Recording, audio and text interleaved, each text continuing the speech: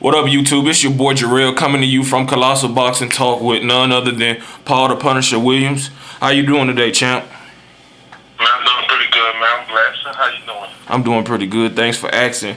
My first question is: a couple of years ago, before your tragic accident, you were scheduled to face Canelo Alvarez. I wanted to know what was your strategy, or what would have been your strategy going into that fight to defeat the young up and coming fighter in Canelo Alvarez. Man, y'all know me. Everybody know my fighting style. I mean, it'd have been a straight war.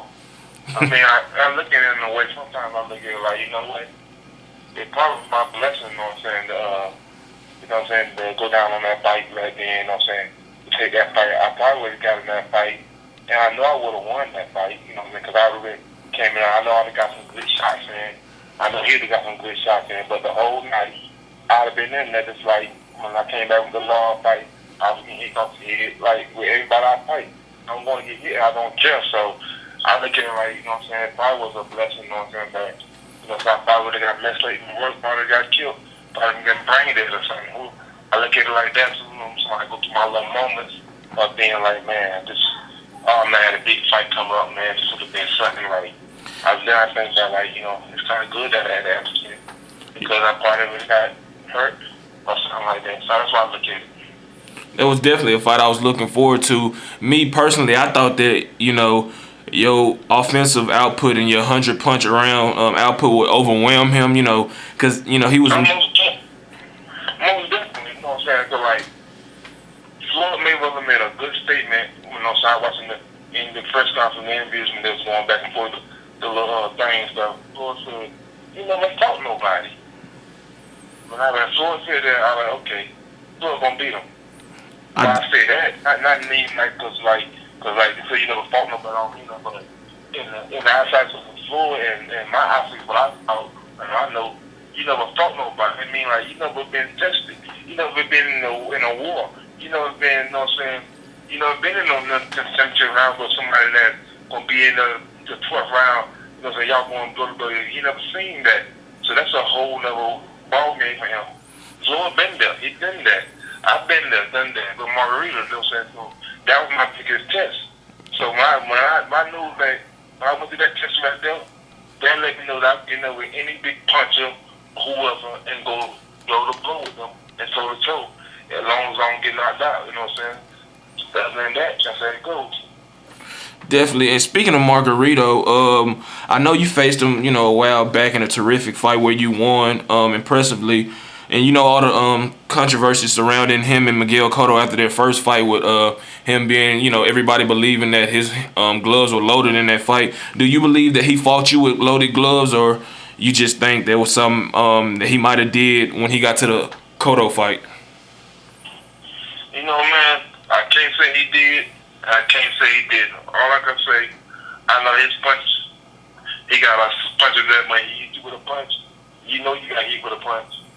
Yeah. You know what I'm saying? But, that fight right there, man, I mean, that was showing me at the top of my game, like he was at the top of his game, like nobody want to fight him. And I'm like, this is going to be on the top of the board, so like I could be a household name, like everybody like, this is the guy I want to fight. So I want to get him in with him, and I want to put on a show like I did, so everybody know, like, okay, this guy is something to reckon with. But after I beat him, like a curse. I couldn't get no fights. I had to go out of different weight class, all kind of crazy stuff, just to get a fight. So I was like, man, it is what it is. I love the fight. So I'm like, it don't make me nothing. Either you gonna get me, I'm gonna get you. So you better get rid of me to get in the ring. I love that. Hey, that was a definitely a terrific fight, and like you said, you were definitely one of the most avoided fighters in boxing at the time, and like I said, we miss your presence, man. Hold up. I'm sorry, I gotta cut you off with that one. Okay. You said that I was the most avoided? Yeah, you was the most avoided fighter. Hey, I gotta correct you on that. Okay. Because I just got an award that I didn't know I had. I know I got the award from WO. Mm-hmm. You know what I'm saying? But I just found my manager gave me the award probably about 2 weeks ago. You know what I'm saying? All my belts and stuff, because I'm going through my trip my fundraiser thing, my charity thing. Okay. And the award says the WBO, Paul as the most feared champion. Okay, well, you was the most feared. Okay. Most feared. It's not the most boarded. It's the most feared. So I had to correct that because I thought it was like, I never said that. No, I never said 92 my own, nothing like that. Mm-hmm. I just tell you what the awards say. I put it on my website so everybody can see that I ain't took my own horn or nothing like that. I just tell them what they said. Speaking of being the most feared fighter, what do you think was it about your style or about you as a fighter that made other fighters afraid to step in the ring with you? Because when I see, man, everybody want to be a Mayweather. Not saying that, you know what I'm saying? Because Mayweather, his style, I mean, it's only one Mayweather. He's perfect with it. Mm-hmm. You know what I'm saying? It could fit him. But nobody want to get in the ring and fight. Everybody want to look. I said Mayweather. Everybody want to look good. You know what I'm saying? Mm-hmm. Nobody want to get in the ring and get busted up or getting beat up and all that. Everybody want to look good. So that's why I say everybody want to be a Mayweather. You want to look good enough, but like fighters, you really, if you're a true fighter and stuff, when you get in it's dumb. But I don't want to get in a fight that I know I'm gonna win. Cause then you play it down, and when you play it down, that guy may be up for that fight, and then it's hard to get up for a fight when you playing a fight down and stuff. So you ain't got no words really. And when I say that, fighters out there, they know what I'm talking about when I say that. They know they got no words. They mean like, the guy that they got for you to fight. This guy ain't that type of guy. I definitely I know what you're saying. Like early on in your career, you fight guys that you're supposed to easily defeat, Yeah. and fighters get comfortable with that, and they think as they move on to the upper echelon, they can just pick and choose easy fights to maintain their record. I definitely agree with that. And then it goes back to some of the promoters and some of the commentators and stuff. I get on them with that because like, when I was up and coming, man, I had to get out the mud. I'm not saying mine was all easy and stuff. No, I had some rough stuff. You know what I'm saying? But I'm saying now, like, the guys that's up and coming now, like, the promoters, like, they get it's all about the fan base and the promoters and the commentators and stuff. They talk so good about it. They got the opponent and stuff. They showing all his highlights and all that stuff. Then you get in the fight and you see a fight and you think, like, it's going to be a good fight because you never heard of this dude really this guy fighting or whatever. Then they get in the ring, you're like, oh man, this ain't nothing. But then they show you the highlights, and all that, and pump you up, you know what I'm saying? But they say just keep it real. Yeah. And they gonna do put a solid fight, pay your money and all that. You know what I'm saying? You can pay that money for that pay-per-view and all that stuff, and them good fights and all that. Put a solid fight on there. If you know you want your guy to win or whatever, at least make it a B plus and a A class. Yeah, these fights. I definitely agree with you. My next question is from one of my CBT affiliates, Smooth Cat. He wanted to know if you were still active, would you have liked the chance to face Gennady Golovkin? Man, I would love to chance any of them guys in my weight class. If that chick would have been right, you know what I'm saying, and they coming in my gym trying to take my belt from me or whatever I got. They gotta get out of the money. They gotta go for it. If they gonna get me, or I'm gonna get them. You know what I'm saying? And you already know my style. I'm a breaker. Like I got so many styles to play. Like when I was, you know what I'm saying, fighting Margarito and like before Margarito, I was doing a lot of boxing and stuff. Yeah. I told my master, you know what I'm saying, it was boring. He was like, what? I like Mr. Peter. It's boring. That's what you mean? So I was boring. You know, so I'm like, I'm doing all the hitting and stuff. I ain't really getting hit like that and stuff. Be like, you don't want to get hit. I know, but I want to go back home and stuff like eyes busted up and stuff like yeah. Being in a straight bull fight, drag out fights and stuff. Yeah, definitely. You're like Paul Williams. I tell you what, if you ever get knocked down, all I want you to do is tell me what happened. I like, yes, sir. And my style from that on being like, I'm getting wrapping it up with guys.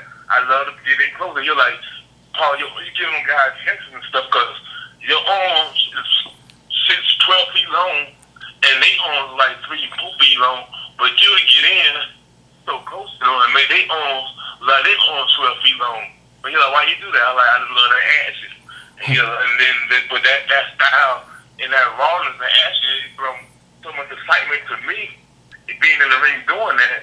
I guess it's going to the fans and stuff, and they got to see something. So like, this guy's so tall, he need to be on our side, he need to be on our side, but he's doing good in the inside. It's like, I mean, I give it to you how you want that. That's how you going to get in there with me.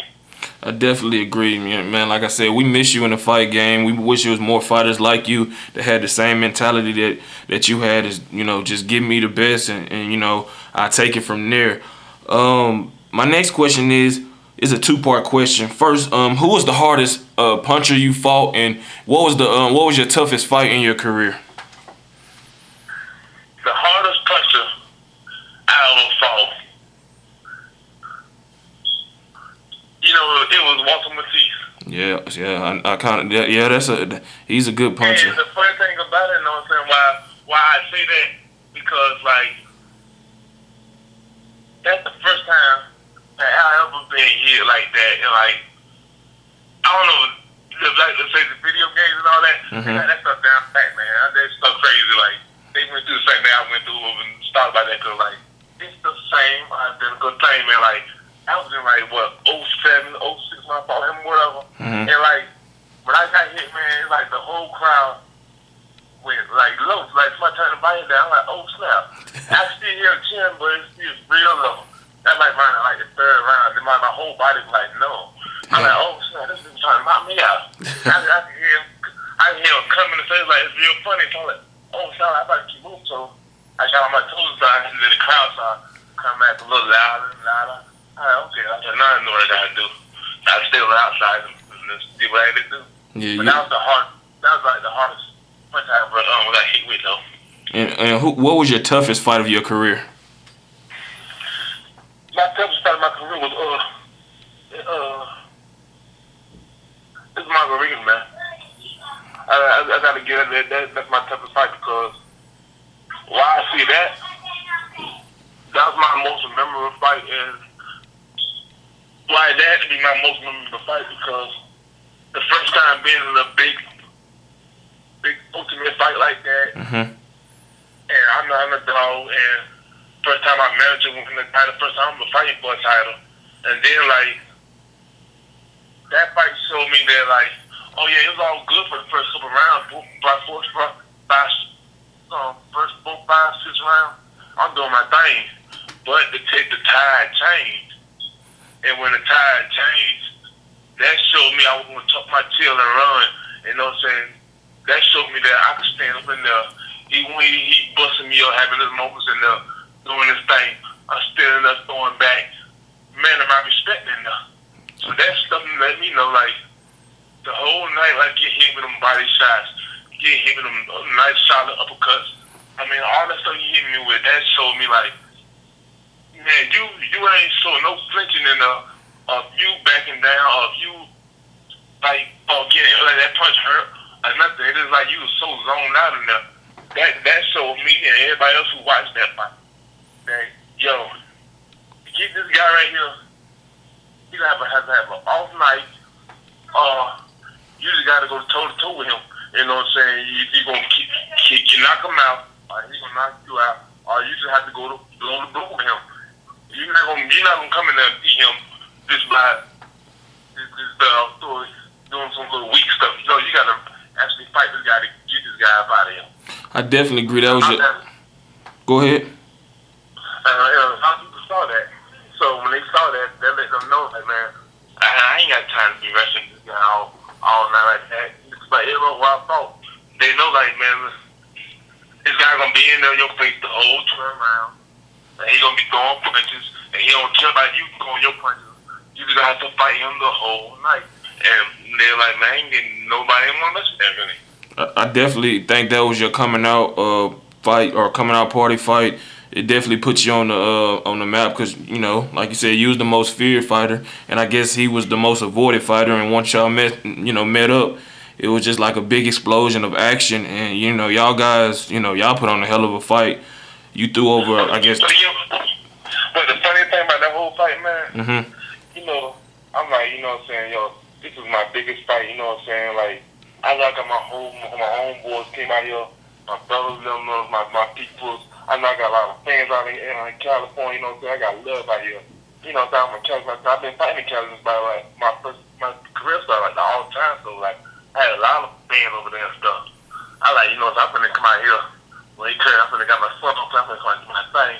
So when that curtain open up, man, I came out there, man, all I heard was boo. Man, I was so scared, man. All I could do was bust out laughing, man. That's all I could do is bust out laughing. I was so scared, like, oh, snap. I'm like, oh, snap, no. I was laughing. I'm like, oh, my God. I'm in my head like, man, this came out. I'm like, man, hold up. I want my fans there tonight. I ain't got no fans in here. I mean, all I heard was boo.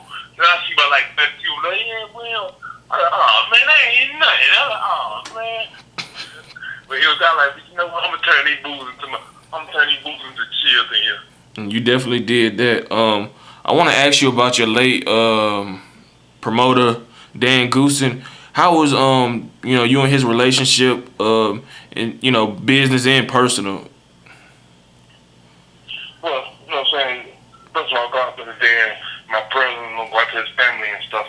My condolences, but Dan, man, Dan sent me texts, calls and stuff. I mean, like, to this day, man, for to play bands and stuff. Mm-hmm. I got texts, calls, and I want to come to the fight, so they check them, ask me, like, how I'm doing, saying, what's going on, I mean, he kept in touch with me, like, but, I mean, I'm sorry to hear that passing and all that, but, like, I mean, like, it was one for him, you know what I'm saying, he was promoting me, like, putting on his card, Dan was promoting. I mean, like, he's part of the puncher, putting the puncher out there too, you know what I'm saying? So, big shout out to Dan and his family and stuff. I definitely agree. A couple of more questions. I wanted to know who's your current favorite fighter, and also who's your your past favorite fighter, if you have one.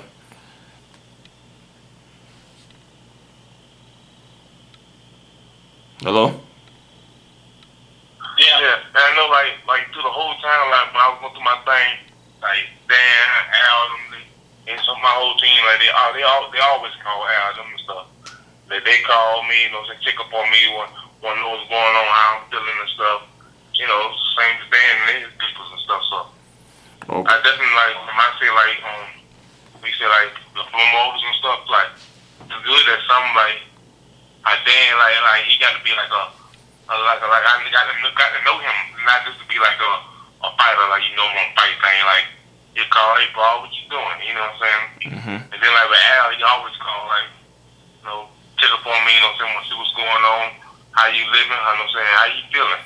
It wasn't it's all about that before boxing, and that's the boxing. And like I'm amazed that like after boxing, like they still keep in touch. It's I guess like I think God put people in your life for some reason.